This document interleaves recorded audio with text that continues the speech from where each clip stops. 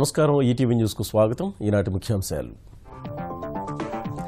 స్వచ్ఛ భారత్ సాకారం దిశలో తెలుగు రాష్ట్రాల జోరు మొదటి 10 నగరాల్లో విశాఖ తిరుపతి మెట్రో నగరాల్లో హైదరాబాద్కు అగ్రస్థానం గుంటూరులో మరోసారి మిర్చి రైతుల ఆందోళన అధికారుల హామీతో విరమణ కేంద్రం ప్రకటించిన ధరపై పెదవి విరిచిన తెలంగాణ వచ్చే యాసంగికి 24 గంటల కరెంటుకు సిద్ధం కావాలన్న కేసీఆర్ ఎత్తిపోతలకు అవసరమైన విద్యుత్ భారాన్ని ప్రభుత్వమే భరిస్తుందని వెల్లడి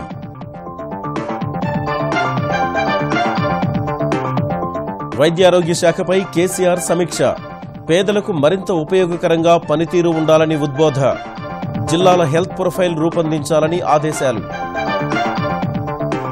ఏపీలో ఏసీబీకి చిక్కిన మరో అక్రమార్కుడైన అధికారి ఆర్టీఓ హైమారావు నివాసాల్లో సోదాలు భారీ స్థాయిలో అక్రమాస్తులున్నట్టు గుర్తింపు సుప్రీంకోర్టు ఆదేశాలను మరోసారి ధిక్కరించిన జస్టిస్ కర్ణన్ వైద్య పరీక్షలకు నిరాకరణ న్యాయమూర్తి ఇంటికి వెళ్లి వెనుతిరిగిన వైద్య బృందం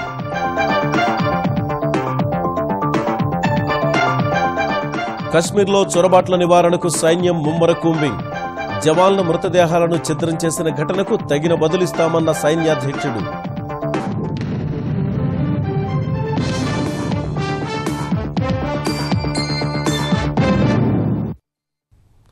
ప్రధాని నరేంద్ర మోదీ ప్రారంభించిన స్వచ్ఛ భారత్ కార్యక్రమంలో దేశంలోనే అగ్రస్థానం సాధించేందుకు రాష్ట్రాలు పోటీ పడుతున్నాయి గతంతో పోలిస్తే దేశంలోని ముఖ్య నగరాలు పట్టణాల్లో పారిశుద్ధ్య పరిస్థితి మెరుగుపడిందని కేంద్రం తాజాగా ప్రకటించిన స్వచ్ఛ సర్వేక్షణ్ 2017 జాబితాలో తేలింది దేశంలో అత్యంత పరిశుభ్ర నగరాలుగా మొదటి 3 స్థానాల్లో ఇండోర్ భోపాల్ విశాఖ నిలిచాయి తెలుగు రాష్ట్రాలకు చెందిన ముఖ్యమైన నగరాలు పట్టణాలకు తొలి 50 నగరాల్లో చోటు లభించింది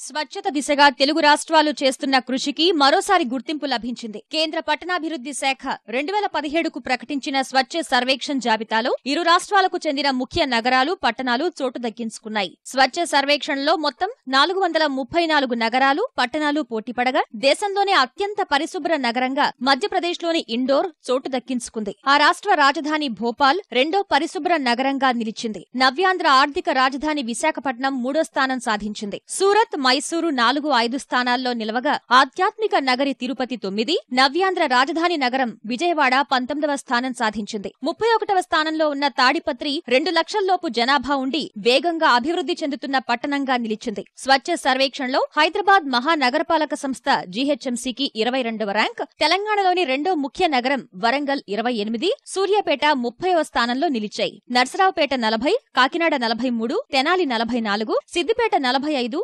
రాజమహేంద్రవరం 46వ ర్యాంక్ సాధించాయి ఆంధ్రప్రదేశ్కు చెందిన 32 నగరాలు తెలంగాణ నుంచి 12 నగరాలు ఈ ర్యాంకుల్లో చోటు సంపాదించాయి Though Gujarat, Madhya Pradesh and Andhra Pradesh amount for 31 of the top 50 clean cities and a total of 14 states are represented in this distinguished club of top 50 reflecting on the intensity of the competition. Gujarat has the maximum of 12 cities among the top 50. Madhya Pradesh 11 शहरों में अभी प्रथम श्रेणी में आया है और Andhra Pradesh 8 cities they have also improved. Tamil Nadu and Telangana account for 4 each. ఈ జాబితాలో ఉత్తరప్రదేశ్లోని గోండా అత్యంత చెత్త నగరంగా నిలిచింది మహారాష్ట్రకు చెందిన బుసవాల్ రెండో చెత్త నగరంగా జాబితాలో అట్టడుగు నుంచి రెండో ర్యాంక్ను సాధించింది చివరి 50 నగరాల్లో 25 ఉత్తరప్రదేశ్కు చెందినవే ఉన్నాయి స్వచ్ఛ సర్వేక్షణలో 3వ స్థానం సంపాదించిన విశాఖ సహా తొలి 50 స్థానాల్లో నిలిచిన 8 ఆంధ్రప్రదేశ్ నగరపాలక సంస్థల అధికారులు హర్షం వ్యక్తం చేశారు ప్రజల పూర్తి సహకారంతోనే ఆ ఘనత సాధ్యమైందన్న అధికారులు ఈ గుర్తింపు స్ఫూర్తితో భవిష్యత్తులో నగరాలను మరింత స్వచ్ఛంగా సుందరంగా తీర్చిదిద్దుతామని చెప్పారు చెత్త సేకరణలో ఇతర నగరాల కంటే భిన్నంగా వ్యవహరించడం వల్లే విశాఖకు 3వ ర్యాంకు వచ్చిందని జీవీఎంసీ కమిషనర్ హరినారాయణ తెలిపారు మనకు విశాఖపట్నంలో ఒక మేజర్ అడ్వాంటేజ్ ఏంటంటే మనము నైట్ స్వీపింగ్ యాక్టివిటీ అనేది చేస్తాము విడిగా కమర్షియల్ ఏరియాస్ నుంచి మనము ఈ వేస్ట్ కలెక్ట్ చేయడం సో అదే మీకు చెప్పడం జరిగింది 2400 అవుట్లెట్స్ నుంచి మనము కమర్షియల్ వేస్ట్ని మనము కలెక్ట్ చేస్తున్నాము so that is a major thing Swachh సర్వేక్షణలో భాగంగా మెట్రో నగరాల జాబితాలో హైదరాబాద్ ఉత్తమ స్థానం సాధించడం పట్ల హైదరాబాద్ మహానగరపాలక సంస్థ యంత్రాంగం హర్షం వ్యక్తం చేసింది. గతంతో పోలిస్తే ఈ ఏడాది ర్యాంకుల్లో మెరుగైన స్థానం సంపాదించామన్న జీహెచ్ఎంసీ కమిషనర్ జనార్దన్ రెడ్డి విస్తృత కార్యక్రమాల ద్వారా ఈ ర్యాంకు సాధించామని చెప్పారు. అయితే చిన్నపాటి తప్పిదాల కారణంగా తొలి 10 ర్యాంకుల్లో స్థానం సాధించలేకపోయామన్నారు. ఢిల్లీ, ముంబై, బెంగళూరు, చెన్నై, కలకత్తా వీటిలో పోల్చినప్పుడు హైదరాబాద్ నగరం మొట్టమొదటిసారి ఫస్ట్ ర్యాంక్ ఉంది. మొదటి నుంచి నేను చెప్తున్నాను, ఏనుగుకు ఎలుకకు కంపేర్ చేయకూడదు. అట్లాగే ఆరెంజ్కు మ్యాంగోకు మనం కంపేర్ చేయలేము. పెద్దవాటికి వేరే ర్యాంకింగ్, మీడియం టర్మ్కి వేరే ర్యాంకింగ్, మైక్రో చిన్నవాటికి వేరే ర్యాంకింగ్ ఇచ్చినట్లయితే బాగుండేది. సంక్షోభంలో ఉన్న విద్యుత్ రంగం అతివేగంగా ప్రగతి బాట పట్టడానికి ఉద్యోగుల కృషి కారణమని ముఖ్యమంత్రి చంద్రశేఖరరావు కొనియాడారు. విద్యుత్ శాఖలో భారీగా ఖాళీల భర్తీకి నిర్ణయం తీసుకున్న ముఖ్యమంత్రికి కృతజ్ఞతలు తెలిపేందుకు వచ్చిన ఉద్యోగులతో కేసీఆర్ వివిధ అంశాలపై మాట్లాడారు. అర్హత ఉన్న విద్యుత్ సిబ్బందికి వెంటనే పదోన్నతులు కల్పించాలని ఆదేశించిన ఆయన 2 నెలల్లోనే ఆ ప్రక్రియ పూర్తి చేయాలని సూచించారు. వచ్చే యాసంగి నుంచి వ్యవసాయానికి 24 గంటలు కరెంటు ఇచ్చేందుకు సిద్దం కావాలని కోరారు. తెలంగాణలో ఎత్తిపోతల ప్రాజెక్టుల కోసం నీటిపారుదల శాఖ 10,000 మెగావాట్లు కొనుగోలు చేయనుందన్న కేసీఆర్ ఆ భారాన్ని ప్రభుత్వమే భరిస్తుందని వెల్లడించారు. 27,000 మంది రెగ్యులర్ ఎంప్లాయీస్ ఉన్నారు. 16,000 మందిని కొత్తగా తీసుకుంటా ఉన్నాం. ఇంకొక 24,000 చిల్లర మంది మన అవుట్ సోర్సింగ్ వాళ్ళు ఉన్నారు. వాళ్ళని రెగ్యులరైజ్ చేసుకుంటా ఉన్నాం. అంటే 75,000 మంది రెగ్యులర్ ఎంప్లాయీస్తో ఉండేటువంటి దేశంలోనే ఒక పెద్ద విద్యుత్ సంస్థ మన తెలంగాణ విద్యుత్ సంస్థ. ఒక కన్ను రెప్పగొట్టినంత కూడా పోకుండా పరిశ్రమలకు 3 షిఫ్ట్లు కూడా వాళ్ళు ప్రొడక్షన్ చేసుకోవడానికి పవర్ ఇస్తా ఉన్నాం. డొమెస్టిక్ ఇస్తా ఉన్నాం, కమర్షియల్కి ఇస్తా ఉన్నాం, అందరికి కూడా ఇస్తా ఉన్నాం. మనం ఇవ్వవలసిందల్లా ఒక రైతాంగానికి ఇవ్వాలి. రైతులకు 24 గంటల కరెంటు నెక్స్ట్ ఎలక్షన్ లోపే మనం ఇచ్చి ముందుకోయేటువంటి పరిస్థితి ఉంటే ఎట్లా ఉన్న తెలంగాణ ఎట్లా తయారైందనే మాట ఆ గౌరవం దక్కుతుంది. కాబట్టి కష్టపడి ఆ పని చేయాలని చెప్పి నేను కోరుతా ఉన్నా. తెలంగాణ ఆర్టీసీ అభ్యుదయ విజయాలతో ప్రపంచ దృష్టిని ఆకర్షించేలా ముందుకు సాగాలని ముఖ్యమంత్రి కె చంద్రశేఖరరావు అభిలషించారు. ప్రగతి భవన్లో మినీ ఏసీ వజ్ర బస్సులు సహా టీఎస్ఆర్టీసీ యాప్ను కేసీఆర్ ప్రారంభించారు. వజ్ర బస్సుల్ని హైదరాబాద్లోని వివిధ ప్రాంతాల నుంచి నేరుగా నిజామాబాద్, వరంగల్ నగరాలకు ప్రయాణికుల సౌలభ్యం మేరకు నడుపుతామని తెలిపారు. తెలంగాణ ఆర్టీసీని దేశంలోనే ఆదర్శంగా నిలుపుతామని పేర్కొన్న కేసీఆర్ వజ్ర బస్సుల సేవల్ని కరీంనగర్, మంచిర్యాల, రామగుండం నగరాలకు విస్తరించాలని సూచించారు.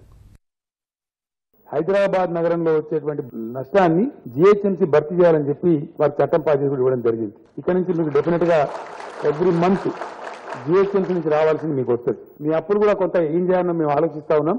నేను చేసే సాయం నేను చేస్తాను, ఇప్పటికే నేను చేస్తా ఉన్నాను. చరిత్రలో మొట్టమొదటిసారి ఇలా మేము 1,000 కోట్ల రూపాయల బడ్జెట్ లో మీకోసం పెట్టినాం. డెఫినెట్ గా డబ్బు మీకు రిలీజ్ చేస్తాం.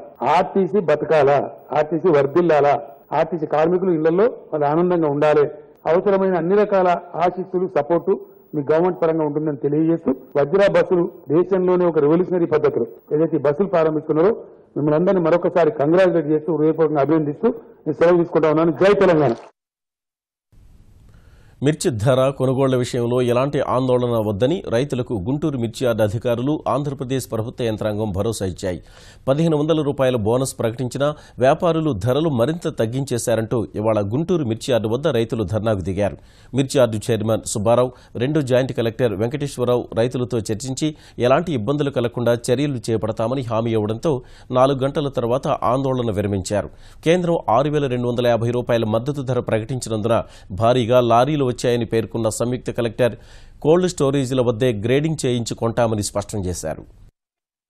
మనకి ఎక్కువ సరుకు వచ్చేసింది కాబట్టి, ఎప్పుడు రానంత సరుకు వచ్చేసింది కాబట్టి 650 లారీల దాకా బయట ఉన్నాయి. వాటికి మనము నిలుపుదల చేయడానికి ఒక స్థలం కేటాయించాం. గిట్టుబాటు ధర విషయంలో కమిషన్ ఏజెంట్స్ ఎవరైతే ఉన్నారో వాళ్ళు వీళ్ళని ఎక్స్ప్లాయిట్ చేయకుండా ధర మార్కెట్లో ఎంత ఉందో అంత ఇచ్చే విధంగా ప్లస్ ఈ 1,500 రాష్ట్ర ప్రభుత్వం ఏదైతే సబ్సిడీ ఇస్తుందో మాఫీ అది కూడా వాళ్ళకి చెందే విధంగా ఏర్పాటు చేసేందుకు జిల్లా యంత్రాంగం మొత్తం ఇక్కడే ఉండి చేస్తుంది. మిర్చి ధరలపై కేంద్రం స్పందించిన తీరును మిలీనియం జోకుగా తెలంగాణ మార్కెటింగ్ శాఖ మంత్రి హరీష్ రావు అభివర్ణించారు. భాజపా నేతలు మార్కెట్ యార్డుల్లో మిర్చికి 10,000 రూపాయల ధర అడుగుతుంటే కేంద్ర ప్రభుత్వం 5,000 మాత్రమే ప్రకటించిందని దుయ్యబట్టారు. మిర్చి కొనుగోలుకు 1,00,000 నిబంధనలు పెడితే ఎవరికి ప్రయోజనమని హరీష్ రావు హైదరాబాద్లో ప్రశ్నించారు. రాష్ట్రంలో ఉన్నదేమో 7 లక్షల మెట్రిక్ టన్నులు, మీరు 33,000 మెట్రిక్ టన్నులు కొంటే మిగతా రైతుల పరిస్థితి ఏంటి? బెస్ట్ క్వాలిటీ మెటీరియల్ మాత్రం కొనమన్నారు తప్ప తాలు గాని ఇతర రకాల విషయంలో ఏ ధరకు కొనాలి, ఏం కొనాలనే విషయంలో స్పష్టత లేదు. బెస్ట్ క్వాలిటీ తేజ లాంటి వెరైటీ ఆల్రెడీ 5,500 6,000 పోతున్నది. కేంద్ర ప్రభుత్వానికి తిరిగి మళ్ళీ ఈ రోజు లేఖ పంపిస్తా ఉన్నాం. మొత్తం క్వాంటిటీ కొనాలి, ధరను కూడా 7,000 రూపాయలకు పెంచాలి. FCI కానీ నాఫెడ్ లాంటి సంస్థల్ని కూడా రంగంలోకి తీసుకొచ్చి మీరు కొనుగోలు చేయాలి. లాస్ ఏదైనా ఉంటే రాష్ట్ర ప్రభుత్వం తరఫున మేము కూడా భరిస్తాం తప్పకుండా. వైద్య ఆరోగ్య శాఖ మరింత సమర్థంగా శాస్త్రీయంగా పనిచేయాలని ముఖ్యమంత్రి కేసీఆర్ స్పష్టం చేశారు. వైద్య ఆరోగ్య శాఖపై సమీక్ష నిర్వహించిన ఆయన సీజనల్ వ్యాధుల పట్ల అప్రమత్తంగా ఉండాలని ఆదేశించారు. ప్రభుత్వ ఆసుపత్రుల్ని మెరుగుపరిచేందుకు భారీగా నిధులు ఖర్చు చేస్తున్నందున పేదలకు ఉపయోగపడేలా పనితీరు ఉండాలని కేసీఆర్ స్పష్టం చేశారు. ఏ జిల్లాల్లో ఏ ప్రాంతాల్లో ప్రజలకు ఎలాంటి ఆరోగ్య సమస్యలు తలెత్తుతున్నాయనే విషయంపై సరైన అంచనా కోసం జిల్లా స్థాయి హెల్త్ ప్రొఫైల్ తయారు చేయాలని ఆదేశించారు. వైద్య సిబ్బందికి ఎప్పటికప్పుడు శిక్షణ ఇవ్వాల్సిన అవసరం ఉందని, ఇందుకోసం 100 మంది రిసోర్స్ పర్సన్లను తయారు చేయాలని సూచించారు. గురుకులాల్లో ఉపాధ్యాయ ఉద్యోగాలకు దరఖాస్తు చేసుకునేందుకు తెలంగాణ పబ్లిక్ సర్వీస్ కమిషన్ గడువు పెంచింది. ఈ నెల 9 వరకు దరఖాస్తు చేసుకోవచ్చని తెలిపింది. ఈ మేరకు ఉప ముఖ్యమంత్రి కడియం శ్రీహరి, టీఎస్పీఎస్సీ చైర్మన్ ఘంటా చక్రపాణి, ప్రభుత్వ ప్రధాన కార్యదర్శి ఎస్పీ సింగ్తో నిర్వహించిన సమావేశంలో నిర్ణయించారు. కొద్ది రోజుల నుంచి టీఎస్పీఎస్సీ సర్వర్ మొరాయిస్తున్నందున దరఖాస్తులకు గడువు పెంచాలంటూ అభ్యర్థుల నుంచి విజ్ఞప్తులొచ్చాయి.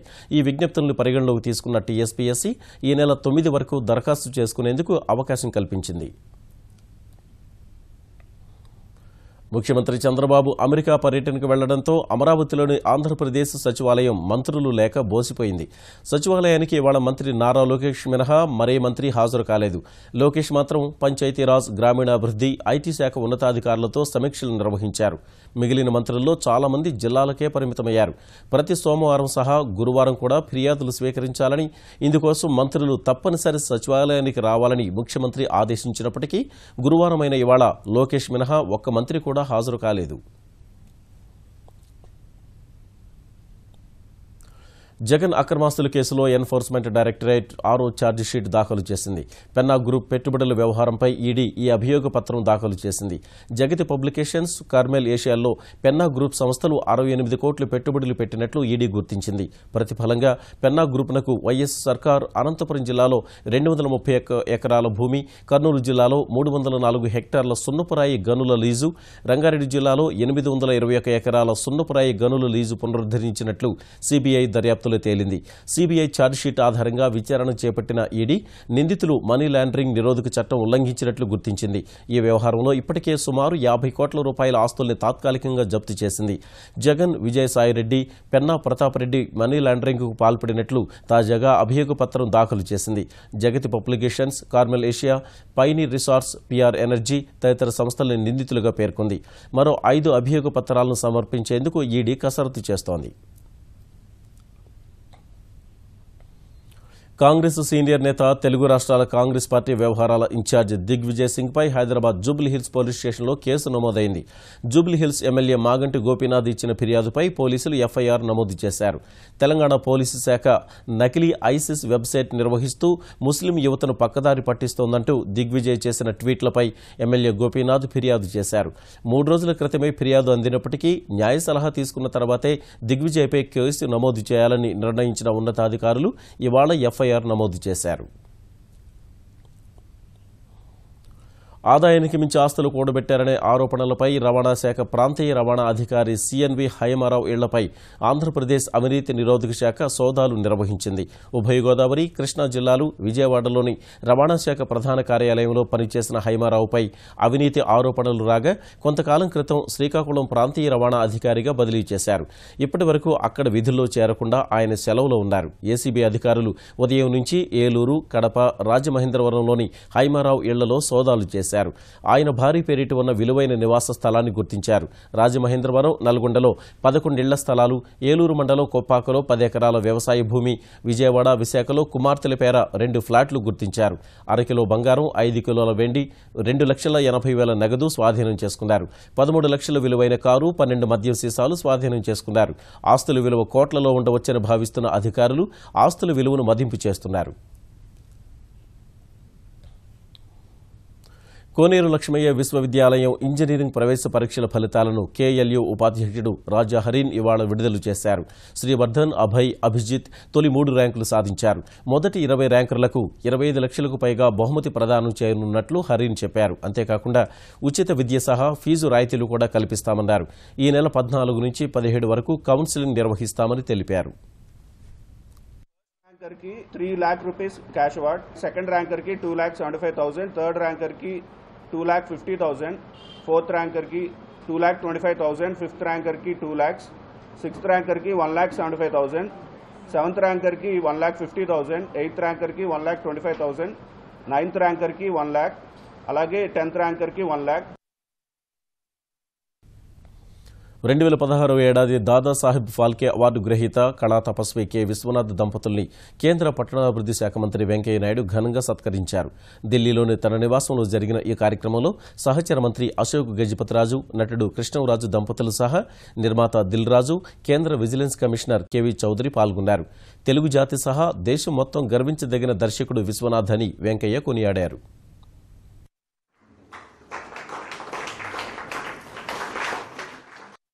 సంగీతము, సాహిత్యము, సాంప్రదాయము, సదాచారము, కుటుంబ వ్యవస్థ, మన పల్లెటూర్లు, మన ప్రకృతి, మన భారతీయ సంస్కృతి ఉట్టిపడేట్టుగా వారు అనేక సినిమాలు తీశారు. అది వారి యొక్క ప్రత్యేకత. ఒక సైకిల్ తొక్కుతున్న వాడికి ఒక రోల్స్ రాయిస్ కార్ ప్రెజెంట్ చేసినంత ఆనందంగా ఉంది. ఎందుకని ఇలాంటి సినిమాలు తీయగలిగాను, ఈ కోవలు ఎందుకు తీయగలిగాను, నేను మాత్రం డబ్బుకి లొంగిపోలేదా, ప్రలోభం లేదా, నాకు మాత్రం కమర్షియల్గా ఒక పెద్ద పేరు తెచ్చుకోవాలి లేదా అంటే నేను పెంచబడిన పెంపకం అలాంటిది. అనంతరం హైదరాబాద్ చేరుకున్న కళా తపస్వి విశ్వనాథ్కు తెలంగాణ ప్రభుత్వం ఘనంగా స్వాగతం పలికింది. తెలంగాణ ప్రభుత్వం తరఫున సినిమాటోగ్రఫీ శాఖ మంత్రి తలసాని శ్రీనివాస్ యాదవ్ దాదాసాహెబ్ ఫాల్కే పురస్కారం అందుకుని వస్తున్న విశ్వనాథ్ను శంషాబాద్ విమానాశ్రయంలో ఘనంగా సత్కరించారు.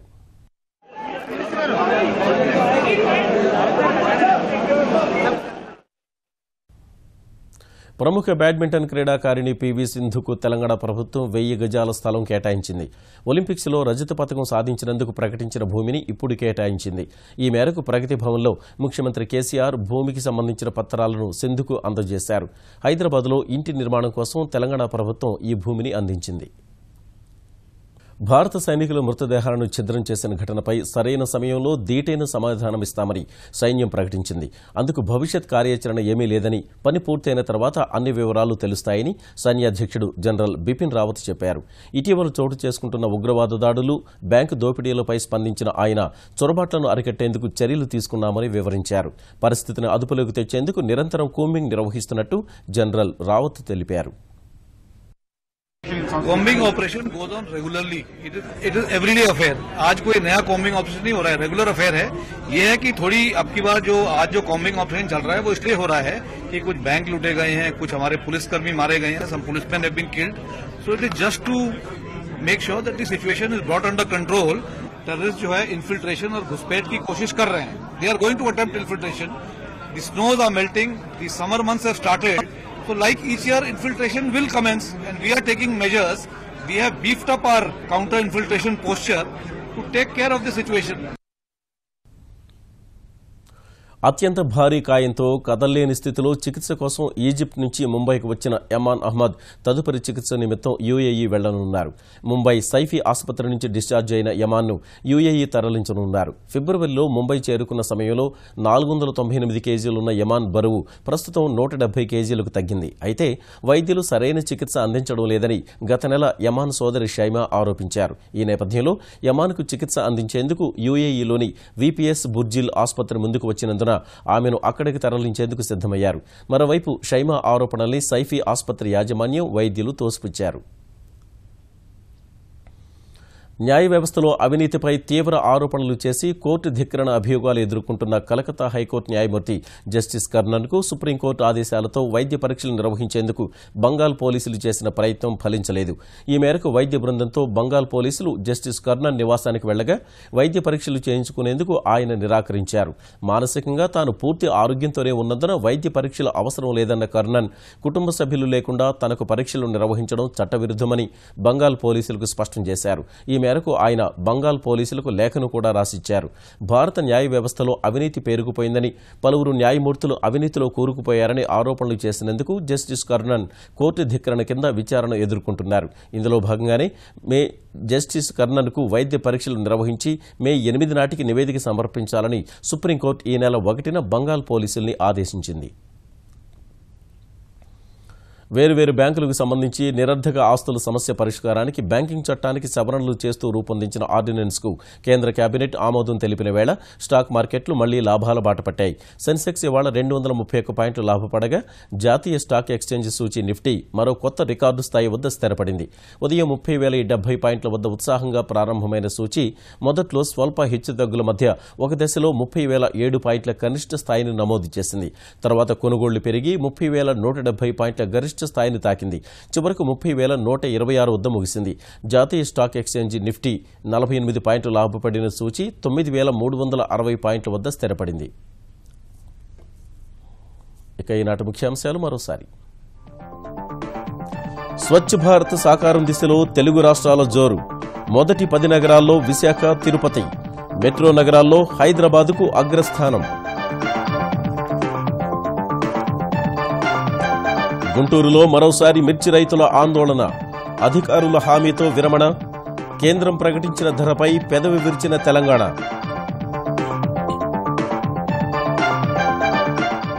వచ్చే యాసంగికి 24 గంటలు కరెంటుకు సిద్ధం కావాలన్న కేసీఆర్. ఎత్తిపోతలకు అవసరమైన విద్యుత్ భారాన్ని ప్రభుత్వమే భరిస్తుందని వెల్లడి.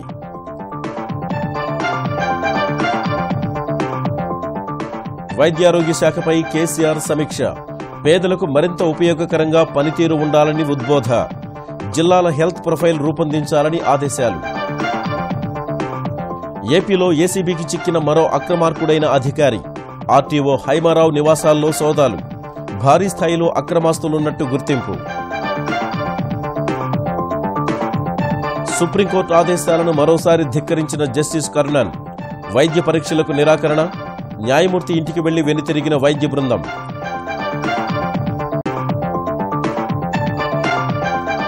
కశ్మీర్లో చొరబాట్ల నివారణకు సైన్యం ముమ్మర కూంబింగ్. జవాన్ల మృతదేహాలను ఛిద్రం చేసిన ఘటనకు తగిన బదులిస్తామన్న సైన్యాధ్యక్షుడు.